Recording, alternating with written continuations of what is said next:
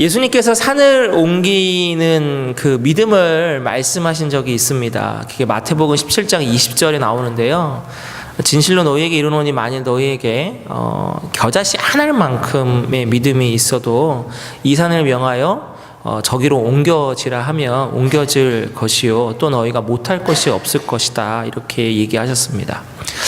산을 옮길 수 있다면 정말 대단한 믿음이 아니겠습니까? 그런데 만일 그 산을 내 평생에 걸쳐서 내가 내 손으로 또 내가 번 돈으로 내가 갖고 있는 사람들을 동원해서 옮겨야 하는 것이라면 그것도 믿음의 결과물이라고 할 수 있을까라는 생각을 해봅니다.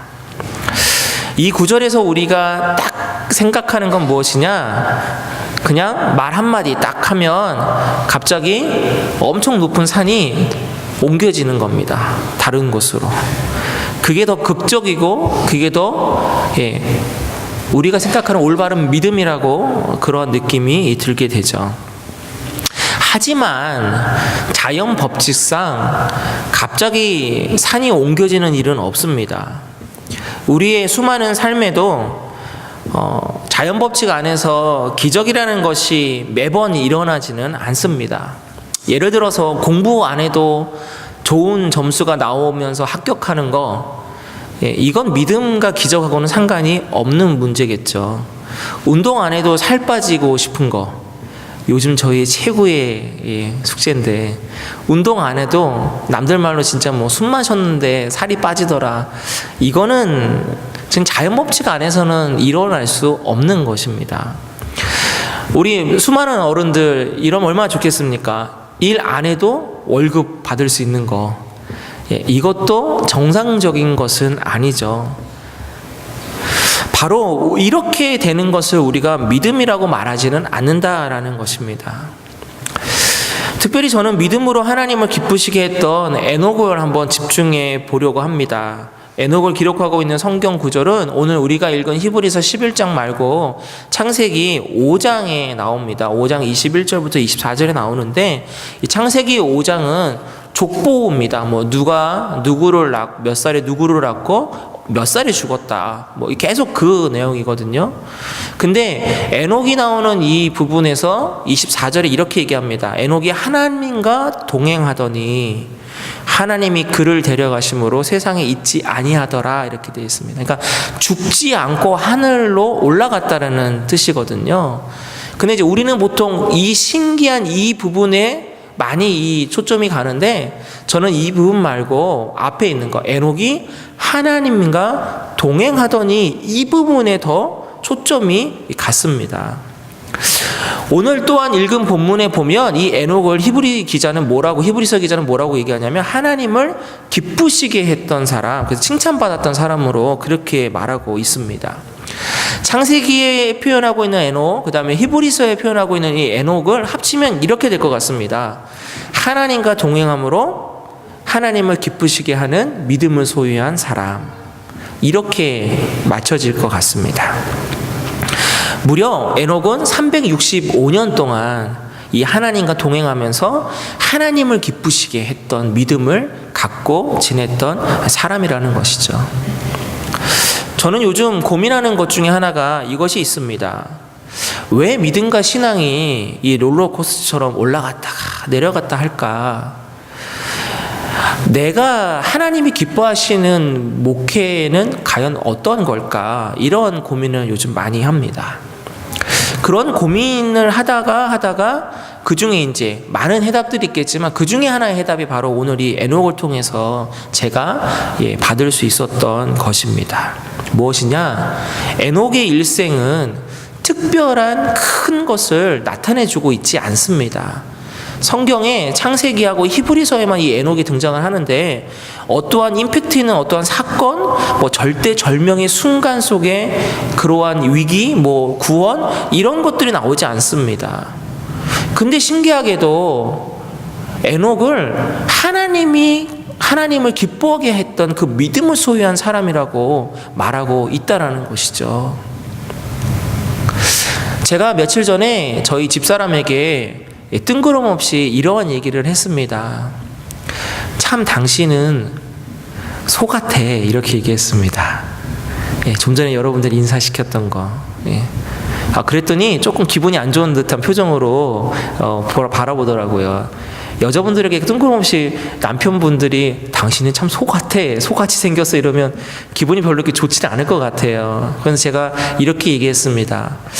그거 칭찬이야. 왜냐면 17년 동안 살면서 참 변함없이 소의 그런 우직한 모습으로 살아주는 것 같아서 이거 내가 당신 칭찬으로 하는 소리야 이렇게 얘기해 줬습니다.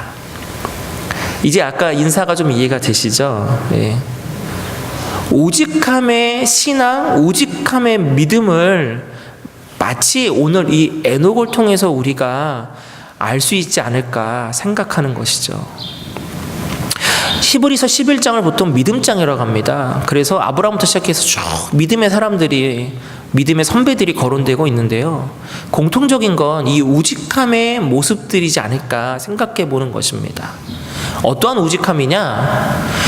평온할 때는 그냥 평온한 대로 그냥 그 믿음을 또 소유하며 살아갑니다. 그런데 이 믿음의 선배들에게도 위기가 닥치는데 위기의 순간엔 또 그 위기의 순간대로 하나님에 대한 그 변함없는 믿음을 소유함으로 통해서 그 위기들을 잘 극복하게 나간다는 것이죠. 이게 바로 믿음의 우직함이 아닐까. 그래서 성경에서 말하는 이 믿음의 우직함이란 결국 하나님과 벗어나지 않는, 오늘 이 에녹에게 얘기한 것처럼 하나님과 동행하는 모습이 아닐까, 이러한 생각을 해보게 되는 것입니다. 그런 믿음을 갖게 되기를 주님의 이름으로 축복합니다. 예, 그래서 소와 같은 믿음, 그 우직함을 저도 그렇고 우리 사랑하는 성도 여러분들도 갖기를 소망하는 것입니다. 저는 요즘 훈련받는 훈련생의 입장으로 하나님 앞에 그렇게 살아가려고 노력합니다. 매일매일 나는 훈련생이다 이렇게 살아갑니다. 어떠한 훈련을 하냐? 내가 목사임을 잊지 않고 살아가는 훈련을 하려고 노력합니다. 시온성교회 담임 목사로서 살아가는 훈련이죠. 매일매일 그래서 특별히 정해진 새벽 기도의 시간이 없음에도 불구하고 묵묵히 내 자신이 훈련생이다 생각하고 나태해지지 않도록 기도의 시간을 갖습니다.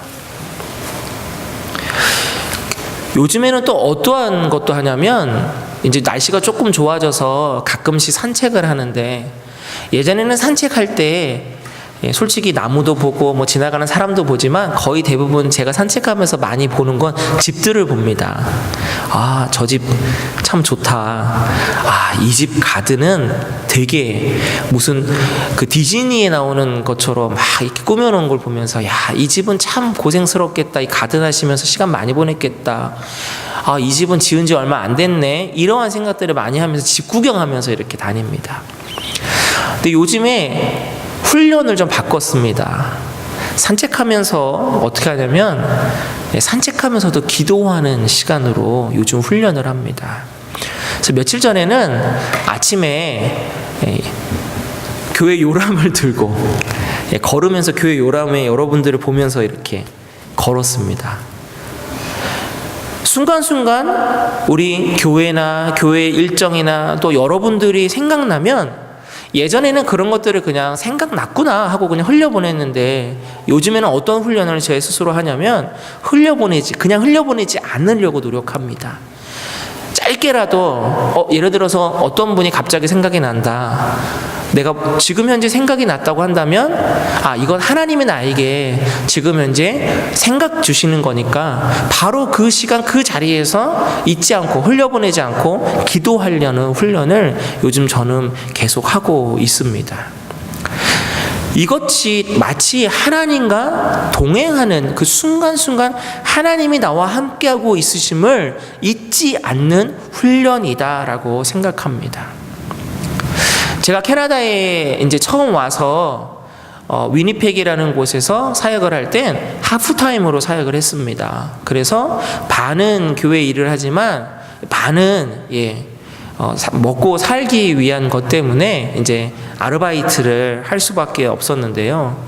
그때 제가 가졌던 생각, 지금도 변함없이 여러분들을 보면서 제가 그것을 잊지 않으려고 노력하는 것 중에 하나가 무엇이냐면 바로 일하시면서 삶에서 영적인 생활, 그러니까 영성, 삶의 영성을 유지하는 것이 정말 힘들겠구나라는 것을 제가 그때부터 지금까지도 잊지 않으려고 합니다. 그때 제가 일주일에 반은 교회에 있고 일주일에 반은 나가서 일을 할 때에 들었던 생각이 바로 우리 성도들이 바쁜 시간 쪼개가면서 지친 몸으로 영적인 생활, 말씀을 본다거나 기도의 시간을 정기적으로 갖는다거나 또 이렇게 교회 예배 시간에 빠지지 않고 나오는 것들이 얼마나 쉽지 않음을 그때 제가 몸으로 체험하면서 알게 되었습니다. 결국 제가 깨달은 것은 무엇이냐? 내가 있는 곳, 내가 하는 이 일마저도 하나님과 동행하면서 내 삶의 영성임을 잊지 않고 살아가는 것이 진짜 믿음, 진정한 믿음이다라는 것을 그때 제가 성경 말씀, 그러니까 글로서 제가 그때 체험한 것이 아니라 직접 몸으로 부딪히면서 체험할 수 있게 됐다라는 것이죠. 다만 우리 사랑하는 성도님들은 이것을 잘 모를 수도 있고요. 또 잘 알고는 있지만 잘 지켜지지 못한다는 그러한 괴리감 때문에 괴로워하고 있을 뿐이라는 것이죠. 그렇습니다. 이렇게 일상에서 하나님과 동행하면서 간다는 것, 우리가 일할 때 또 삶에서 하나님과 동행하면서 산다는 것은 그냥 저절로 가만히 있는다고 되는 것은 또한 절대로 아니다라는 것이죠. 오직하고 성실하게 믿음으로 살아보려고 하지만 여러분 방해가 얼마나 많은지 모릅니다. 사람들이 방해를 하고요, 여러 가지 유혹이 방해를 합니다. 때로는 가족이 내 그 일상의 영성을 깨트리는 역할을 할 때도 있습니다. 그래서 정말 잔잔한 그 삶에서조차도 내가 이 일상의 영성을 지키고 살아가는 것이 얼마나 힘이 드는지 모르겠습니다. 그렇게 따져본다면 어쩌면 차라리 이렇게 정해진 시간에 이 교회라는 장소에서 우리가 이렇게 모여가지고 예배드리고 기도하며 찬양할 수 있는 거, 어쩌면 이것이 여러분 이 교회 바깥을 나가서 하나님과 동행하면서 일상의 영성을 지키면서 살아가는 것보다 이게 더 쉬울 수도 있습니다, 여러분.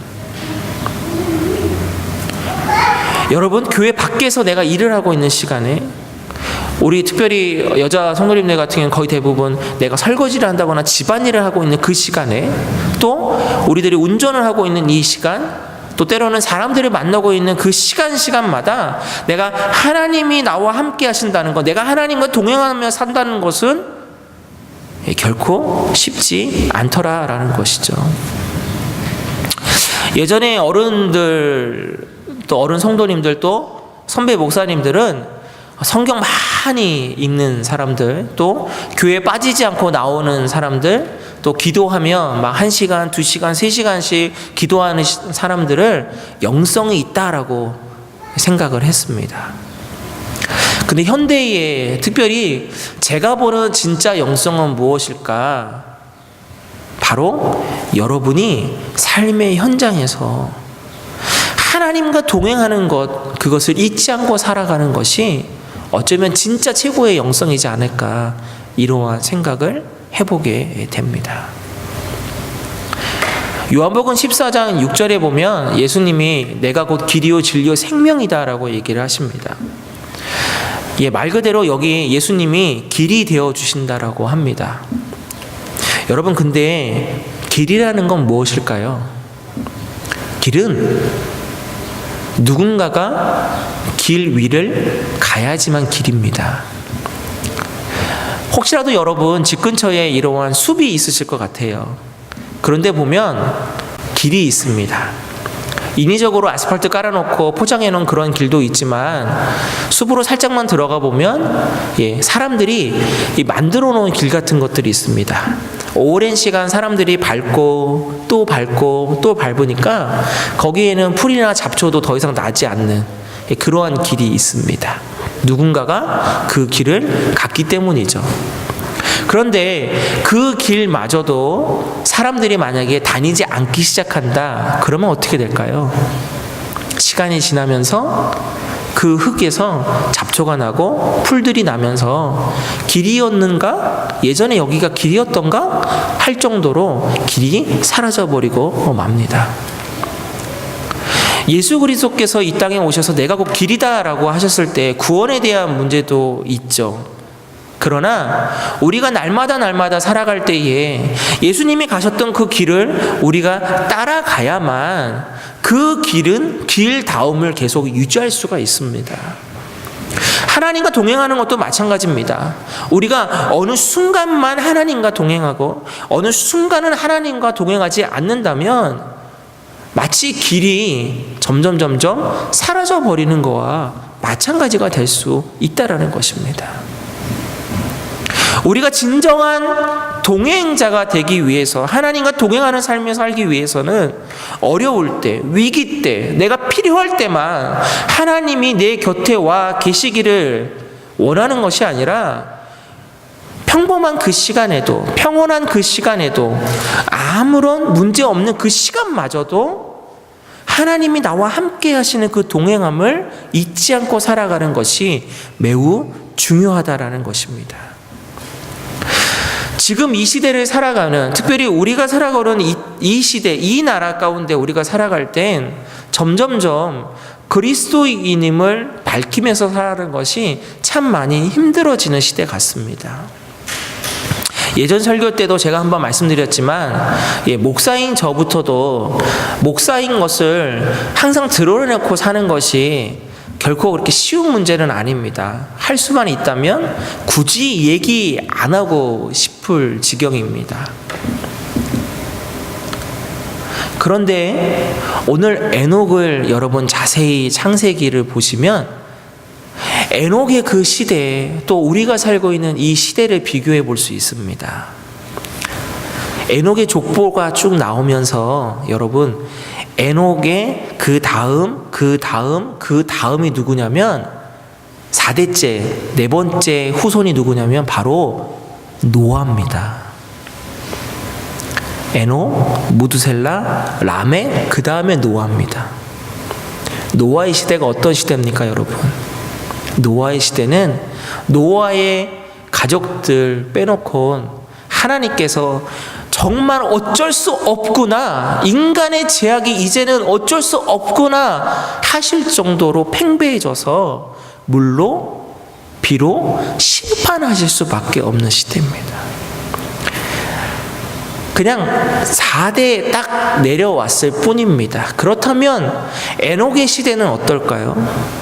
에녹이 살던 시대도 제약이 만연되고 결코 하나님이 믿는 사람임을 밝히 드러내고 하나님과 순간순간 동행하면서 사는 것이 결코 쉬운 시대가 아니었다라는 것을 우리는 알 수 있습니다. 그 어려운 시절에 에녹은 하나님과 동행하고 또 동행해서 오죽하면 하나님이 죽지 않고 데려가실 정도로, 오죽하면 히브리서 기자가 이 에녹을 말하기를 하나님을 기쁘시게 하는 믿음을 갖고 있어서 칭찬받는 사람이라는, 오죽하면 그렇게까지 그 삶을 살았던 사람이 바로 에녹이라는 것입니다. 무려 365년의 삶입니다.